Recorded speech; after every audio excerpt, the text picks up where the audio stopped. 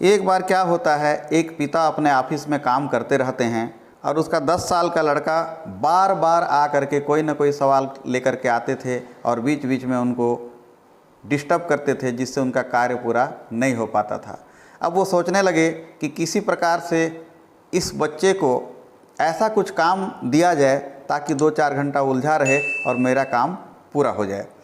अब की बार जब बच्चा आया तो उन्होंने एक पुरानी किताब उठाई और एक पेज जिसमें वर्ल्ड मैप पूरे विश्व का नक्शा बना हुआ था उसे फाड़ करके दे दिए बच्चे को, और फाड़ करके उसको टुकड़े टुकड़े करके दिए और उनको बोला गया कि बेटा जब आप ये वर्ल्ड मैप को जोड़ दोगे, पूरी तरह से विश्व का नक्शा जुड़ जाएगा, तब आप मेरे को ला करके इसको दिखाना। तब टुकड़ों को लेकर के बेटा चला जाता है। अब इधर उनके पिताजी बहुत खुश होते रहते हैं कि चलो अभी कम से कम 2-3 घंटा तो फुर्सत है, इस काम को जोड़ पाना तो बहुत कठिन है और जब तक उलझा रहेगा तब तक मैं अपना काम निपटा लूँगा, ऐसा करके बहुत खुश होते रहते हैं। और उसी समय मुश्किल से 5-7 मिनट होता है और बच्चा फिर से वापस आके बोलता है कि पापा देखिए मैंने ये वर्ल्ड का मैप तैयार कर लिया है। अब पिताजी देखते हैं कि वास्तव में देखे तो हैरान हो गए, वास्तव में वो नक्शा जो है बिल्कुल सही ढंग से जुड़ा हुआ था।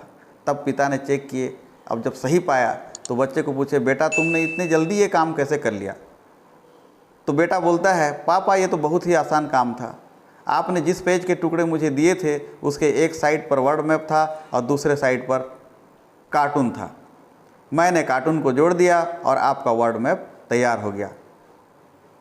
पिताजी अपने बच्चे को देखते रह गए। मित्रों, इस कहानी से हमको ये सीख मिलता है कि हम अक्सर कोई बड़ी समस्या जब सामने आ जाती है तो ये सोच लेते हैं कि समस्या बहुत बड़ी है और इसका हल कर पाना नामुमकिन है।